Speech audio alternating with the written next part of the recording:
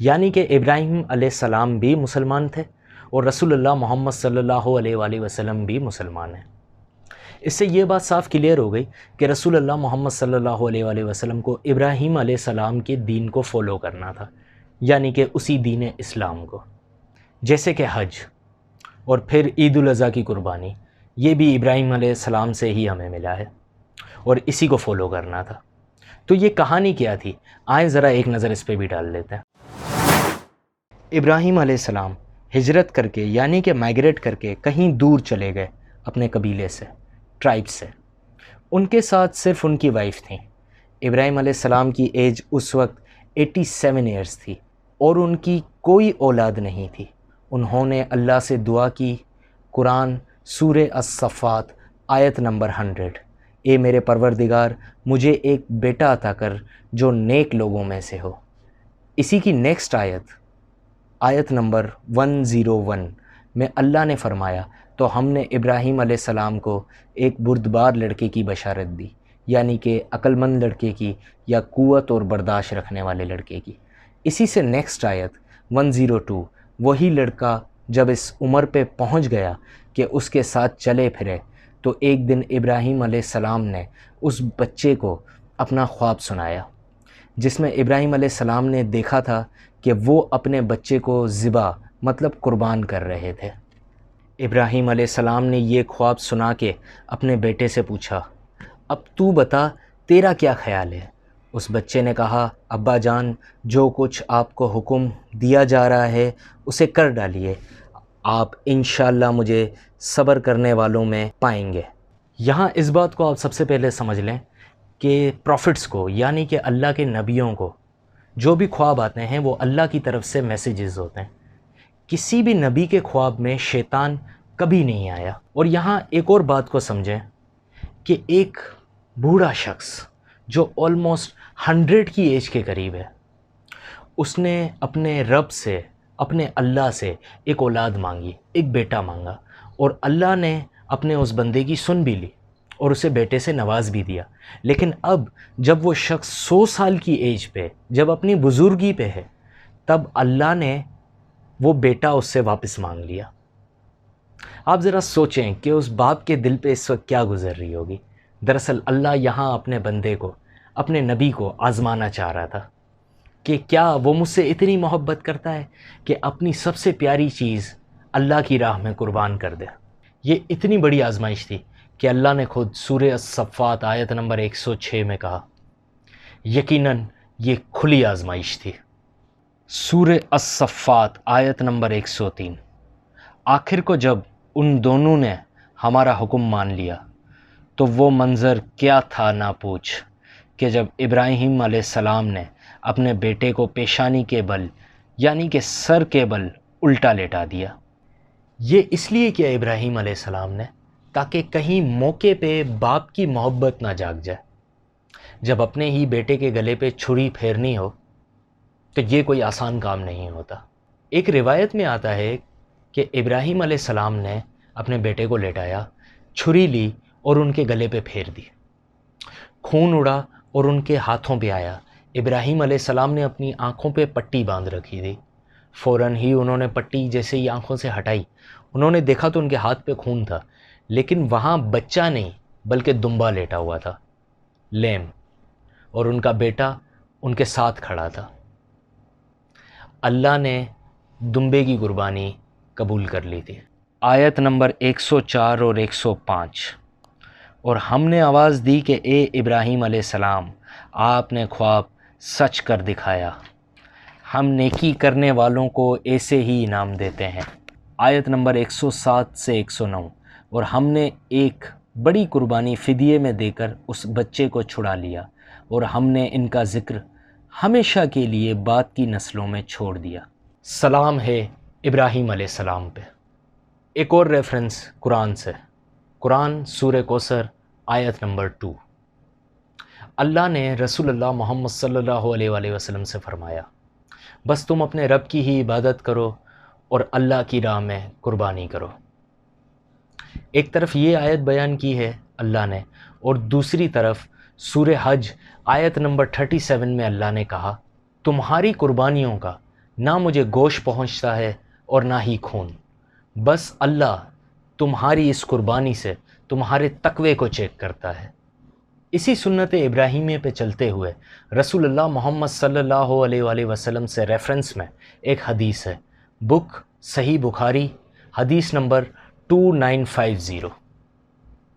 رسول اللہ محمد صلی اللہ علیہ وآلہ وسلم نے 100 اونٹ یمن سے منگوائے قربانی کے لیے، اور ہوا یہ کہ اس وقت رسول اللہ کی عمر 63 ایئرس تھی، یعنی کہ ان کا آخری سال ہی تھا جب تک وہ اس دنیا میں تھے۔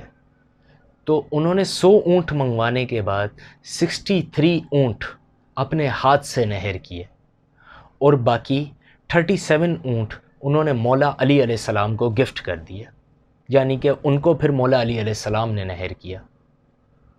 ان کی قربانی کے بعد ہر اونٹ سے ایک بوٹی لی گئی، اس کو ایک ہانڈی میں ڈالا گیا، اسے پکایا گیا، اور اس کے بعد رسول اللہ محمد صلی اللہ علیہ وآلہ وسلم نے اور مولا علی علیہ السلام نے ایک ہی دسترخوان پہ بیٹھ کے اسے کھایا۔ تو دوستوں، اگر اب تک کے سارے ریفرنسز جمع کر کے دیکھ لیے جائیں، چاہے وہ ہندو دھرم سے ہو یا چاہے وہ مسلمز کی بک سے، کسی بھی دھرم کے اندر، ایٹ لیسٹ ان دونوں دھرم کے اندر، اس بات کو نہ ہی کہیں برا سمجھا گیا ہے نہ ہی منع کیا گیا ہے، بلکہ اس کے برعکس یہ کرنے کے آرڈر ضرور دیے گئے ہیں۔ نہ ہی رگ وید کے اندر رشی کو اس سے کوئی پرابلم ہے، نہ ہی مہا بھارت کے اندر ردھشتر اور بھیشما کو اس سے کوئی پرابلم ہے۔ منو سمرتی کے اندر بھی اسے بار بار بتایا گیا۔ ابراہیم علیہ السلام کی یہ سنت ہے، رسول اللہ محمد صلی اللہ علیہ وآلہ وسلم اور مولا علی علیہ السلام نے اسے کنٹینیو رکھا۔ اہل بیت نے، تمام صحابہ کرام، یعنی کہ رسول اللہ محمد صلی اللہ علیہ وآلہ وسلم کے کمپینینز، پروفٹ محمد کے کمپینینز، انہوں نے بھی اسے کنٹینیو رکھا۔ اسی طریقے سے وہاں سے چلتے ہوئے تمام امت مسلمہ، یعنی کہ آج کے جو مسلمان ہیں، انہوں نے اسے کنٹینیو رکھا ہوا ہے اور قیامت تک اسے کنٹینیو رکھیں گے۔ اگر اب تک کی ہم بات کر لیں تو کسی کو بھی اس میں کوئی پرابلم نہیں ہے، بس یہ ہے کہ یہ کچھ لوگوں کی پسند ضرور ہو سکتی ہے۔ اگر اس کا کہیں ذکر نہیں ہے تو ہم اسے یہی نام دیں گے کہ پھر یہ لوگوں کی پسند ہے۔ اور جیسے کہ میں نے آپ سے پہلے کہا تھا کہ دین یا مذہب آپ کی یا میری پسند پہ نہیں چلتا، بلکہ فیکٹس پہ چلتا ہے۔ ہم دین اسلام کے اور ہندو مذہب کے فیکٹس اور ریفرنسز تو چیک کر چکے ہیں، آئیں ذرا ایک نظر کہیں اور بھی مار لیتے ہیں۔ فیکٹس کی بات کر ہی رہے ہیں تو آئیں ذرا سب سے پہلے کامن سینس لگا کے ان تصویروں کو دیکھتے ہیں اور اسے سمجھنے کی کوشش کرتے ہیں۔ آپ سب نے دیکھا ہوگا گھاس پھوس کھانے والے جانوروں کے دانت کچھ اس طرح کے ہوتے ہیں، کیونکہ وہ